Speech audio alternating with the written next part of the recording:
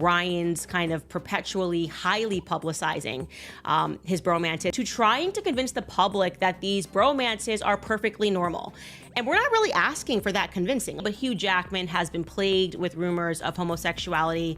After Ryan Reynolds single-handedly ruined his own career and made Blake Lively's lawsuit appear even worse, she is in a complete meltdown. To be honest, we probably would still believe that this power couple was the ideal Hollywood coupling if Justin Baldwin hadn't intervened. Anyways, people really began upping the questioning of his sexuality. And it's evident that something has been wrong with them from the beginning, given the circulating rumors regarding Ryan's sexual orientation. Jackman opted to kiss his male co-star throughout this production, even though in the original screenplay, there was no kiss between the male stars. And who was attempting to make everything appear to be at least a little okay.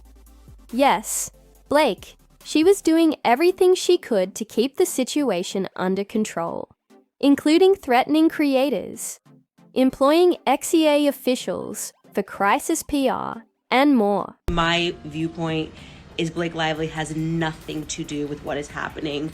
Her husband has come undone. However, her charming spouse Ryan then shows up and ruins everything she has tried to fix each time. This man, who is usually a comic genius, escalates his role in this PR disaster by making an appearance on Saturday Night Live. Reynolds, how's it going? Great. Why? What have you heard? And so, he made those "I'm fine" comments in an attempt to seem as though the train wreck they're in isn't getting out of hand. Does he really believe that we're all too stupid to realize that this isn't applause, amusing? Joking about how you and your wife essentially tried to leverage by accusing him of sexual harassment. Ryan always has a joke to divert our attention from the fact that Blake's PR disaster is happening. Forget about the legal nightmare, and let's all act like their happy little family is picture perfect, because there's no reason to face reality when you can laugh your way out of it. Appeared at her Simple Favor 2 premiere, and people are noting that she seems increasingly uncomfortable and anxious, and maybe it really is just a lot for her to deal with. The media devoured it, of course, because why let the truth stand in the way of a good story? And they didn't stop there. Why just show up looking happy when you can pay the paparazzi to make sure they capture those ideal "we're so in love" moments? Because really, who needs real problems when you can just buy your way into a fake narrative? Blake appears to be the ideal wife, grinning, yet behind closed doors, things are anything but. Hugh Jackman, Wolverine, will be deposed, and I suspect that might be making Ryan Reynolds extremely nervous, and I'll tell you why. Let's now discuss his recent actions that destroyed his career. This one is unbelievable, and it concerns Ryan's relationships. He always tries to convince us of the depth of his bond with Hugh Jackman. If he was gay, fine, he would say he's gay. It has gotten so out of whack that they say it's stupid, and yeah, it's annoying because it's not true. That's right, so you as an actor, you can't be able to sing, dance, and be straight. Right. Well, you know, it's just ridiculous. The bromance buzz becomes louder whenever these two are in the same room, as if we haven't heard it enough. I mean, how many times does he have to say that? Ryan Reynolds' bromances, his various bromances over the years. We've talked about him and Jake Gyllenhaal, and obviously this has been a bromance that has been very much thrown in the public's face. Ryan seems to be attempting to win a gold star for his bromance abilities at this point, as though he has something to prove. We understand that you are friends with Hugh Jackson, so there's no need to make it into a full-fledged PSA.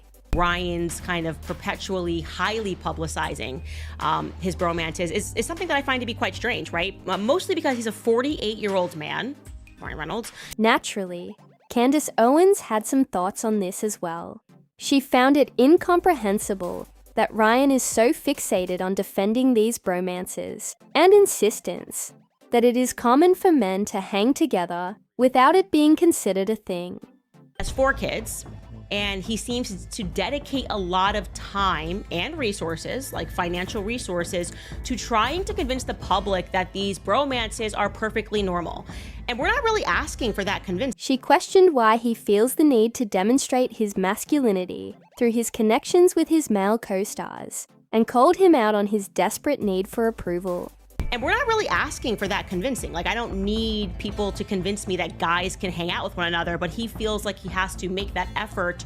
So he's like, nothing's weird here, nothing's weird. Bromances are so normal. I mean, notoriously, that's the reason why he flew out Liz Plank, Justin Baldoni's podcast partner. We understand why he keeps putting it in our faces. But why does it seem like he's always trying to prove to us that he's the best straight man in Hollywood? Is he trying to hide something? Is he that insecure? The more he tries to force it on us, the more you wonder what he's actually concealing. If you find out that Ryan Reynolds and Hugh Hefner have a relationship or something, it does change significantly. It tells you about the mindset. I mean, there's so many things that are relevant for the jury to understand about what was going on in these people's lives. It just makes you wonder what's really going on behind Ryan's entire public persona. He is constantly talking about his relationship with Jackman to ensure that everyone knows it's completely straight. But why does he feel the need to reiterate that they are no longer in the nines, and that, in all honesty, nobody is questioning whether two guys can hang out without causing a scandal? Ryan seems to be going above and beyond to ensure that everyone knows he's straight. Deposition will likely be crucial. They are not leaving any stone unturned. You're looking for the answer, so here it is. We all know and adore Hugh Jackman as the lovable Wolverine, but he has somehow landed himself. During the filming of it, we are entangled in a legal mess that encompasses more than simply X-Men. Action sequences. Jackman was more than just a supporting actor. He played more than simply supporting Blake Lively and Justin Baldwin in the movie. Hugh Jackman was also in the now infamously cringe It Ends With Us promotional skit that had nothing to do with promoting the movie, which was about domestic violence, where Ryan directed it and he brought in his mom and Blake was in the background. We learned that. Oh no. Jackman Ever, the actor, became much more involved behind the scenes, taking part in the rather strange promotional skit that, looking back, could only be described as a poorly thought-out comedy routine, meant to make fun of Justin Baldwin. This skit seemed to exist only to further complicate an already unstable situation. They also brought in his best friend because he just wanted a little bit of A-list power there. And when you're really obviously trying to be a high school bully, you want to be like, we're the cool kid. It wasn't merely an isolated incident. Given the current legal ramifications, Jackman's involvement gave the entire situation a degree of celebrity engagement that made things worse. Nothing. What better way to make him uncomfortable than to promote his movie, him being Justin Baldoni's movie, and bring in an A-lister to mock him. And so Hugh Hefner played himself. The timing around the Deadpool production, which overlaps with the filming of Deadpool, another project with Ryan Reynolds, who turns out to be closely involved with both projects, is what complicates Jackson's role even further. It's not every day a guy gets to interview the love interest of his best friend's wife, and the guy trying to replace Ryan as a husband and me as his best mate. Holy sh**. What the hell are you doing messing with my best buddy's wife? Sir, I have no idea what's happening. It's like a maze of Hollywood drama and egos. And Jackman, who usually presents himself as a kind guy, is now embroiled in a scandalous chain of events that he may not have foreseen. Hefner then appeared at the It Ends With Us premiere. Again, not his movie. Kind of weird that he's hitting the red carpet with them. He obviously knows what is going on. What would that conversation have been on the way to the premiere? It's like a maze of Hollywood drama and egos. And Jackman, who usually presents himself as a kind guy, is now embroiled in a scandalous chain of events that he may not have foreseen. So he was one of the unnamed dragons, if you will, in all of this. And it looks like for that, he is being awarded for his contributions with a deposition. All right. Now the actor who once made us. Laugh as a mutant superhero is facing a deposition where he will be required to give testimony about his behavior during the filming of both It Ends With Us and Deadpool. It's the kind of situation you'd expect from a bad reality show, not from a respected Hollywood actor. Romance is almost this permission for men to connect and to show love to each other because it's like a joke. Then there's the personal side of Hugh Jackman's life that's been playing out alongside this legal battle. If you were unaware, he recently divorced his wife of 27 years. Her name is Deborah Lee Furness. 27 years is a very long time to be married. They announced their separation to the public in September of 2020. In September of 202 in September 2023, Jackman announced his separation from Deborah Lee Furness, his wife of 27 years. That little nugget of information seemed to perfectly coincide with the ongoing events around Deadpool and the legal mess surrounding the promotion of It Ends With Us. That was in the midst of the principal filming for Deadpool and Wolverine, which got abruptly paused in that September due to the SAG-AFTRA strike. It's almost as if Hollywood had prepared a red carpet for him to step into the spotlight in the most dramatic way possible. But of course, this has only led to more speculation about Jackman's sexuality, a topic that has dogged him for years. His divorce from Lee Furness reopened old rumors about whether he'd been hiding his true sexual orientation. Hugh Jackman has been plagued with rumors of homosexuality throughout his entire career. It has been speculated for a host of reasons. So some fair, some not. Some people just never really bought into him at the peak of his career. Combination of his separation and the ongoing legal the drama surrounding the It Ends With Us film created an environment ripe for further speculation. When he filed for divorce, a fresh wave of discussions about his sexuality started to emerge thanks to his public separation and the way his personal life intertwined with his professional projects. Quite strange. He was 28 years old when they got married. She was 41 years old. So many people were saying right off the bat, no. This guy is using her as a beard, which is the term that people use when you're in like one of these cover marriages. People began to connect dots between Jackman's film roles, his personal life, and Hollywood gossip. But what was more interesting was how his involvement with Reynolds, who himself has faced rumors over the years about his sexuality, played into the larger narrative of Jackman's life. The speculation wasn't new, but the timing of it all seemed too perfect to ignore. All these gay jokes, but nobody's actually asking him to do that. Not the gay community or the heterosexual community. The relationship between Reynolds and Jackman has always been a subject of public fascination, partly due to their constant playful banter about their romance. The media loves it, and Reynolds certainly plays into it. But during the filming of Deadpool and It Ends With Us, the dynamic between these two took on a more serious tone, especially with Jackman's growing involvement in the controversy surrounding Baldoni. Like, who needed this justification paid for to bring in an expert to tell you that guys can go out to dinner and it's totally chill? It's a weird thing for them to be trying to constantly tell us. Who needed this justification paid for to bring in an expert to tell you that guys can go out to dinner and it's totally chill. It's a weird thing for them to be trying to constantly tell us. See the Daily Mail, it says, surprising new twist in Blake Lively, Justin Baldoni legal battle as Hugh Jackman is pulled into the saga.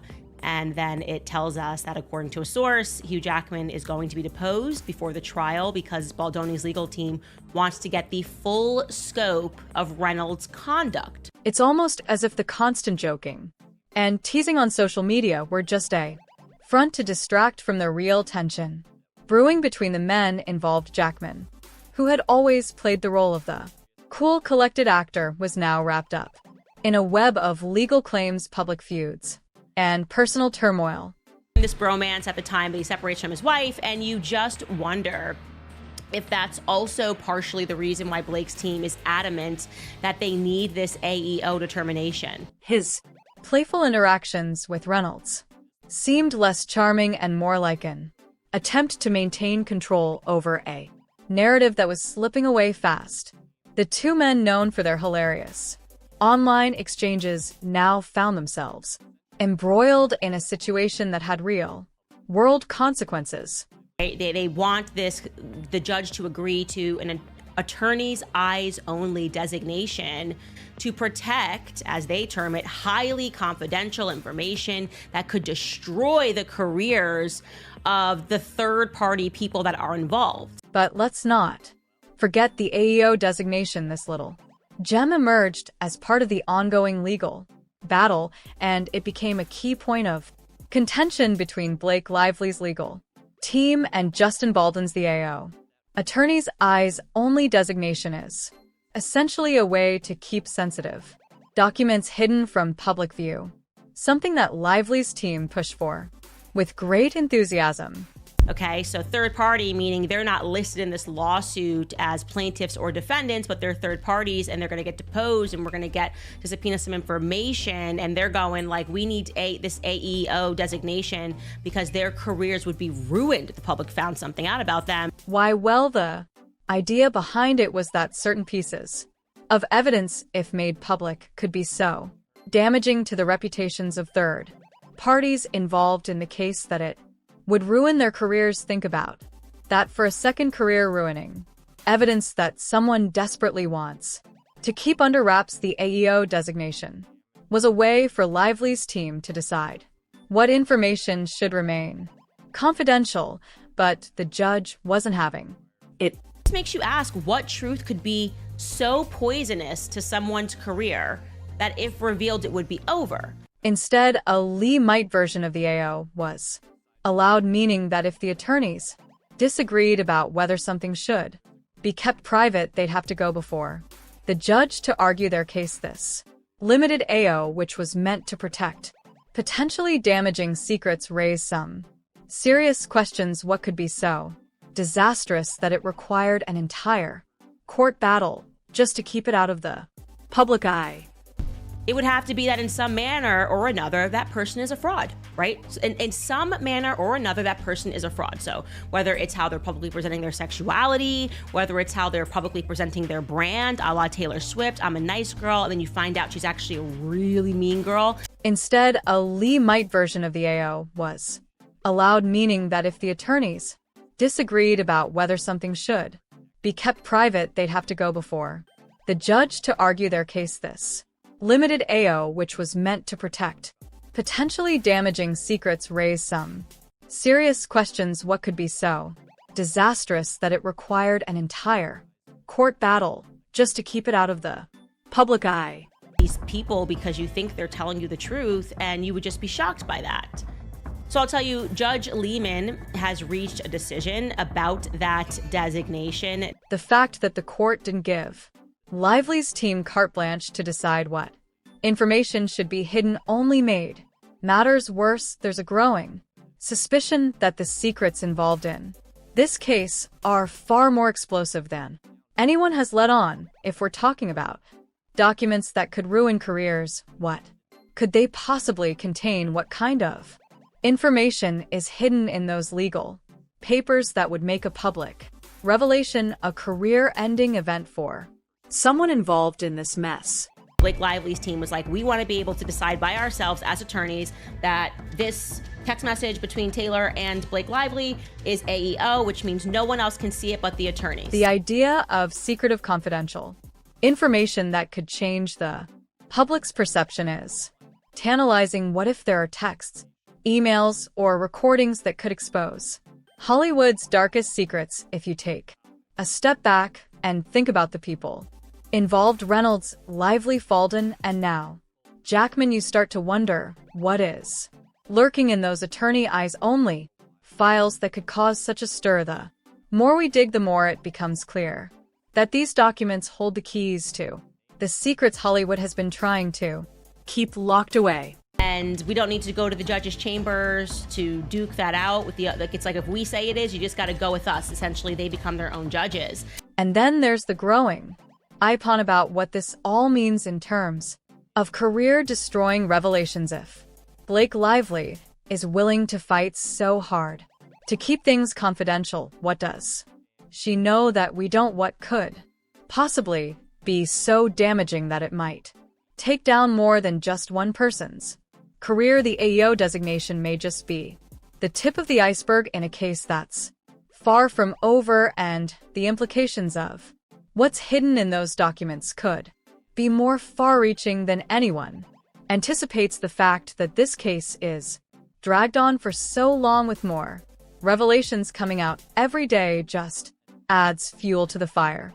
And obviously, Justin Baldoni's team said, no, we don't want that. We just want this to be like a limited scope confidentiality agreement, and the court protective order, the standard court protective order, should suffice. And hey, don't worry, I got answers to this question as well. So AEO might be because the private communications between Blake Lively and Taylor Swift, which have become a hot topic in this ongoing legal circus speculation about these two pop culture powerhouses sharing private texts, has been brewing for a while now, with whispers of how these conversations could involve some seriously shady coordination aimed at sabotaging Justin Baldoni. Well, Judge Lehman came back with a decision to allow a limited AEO, which I think is exactly what Justin Baldoni's team was asking for.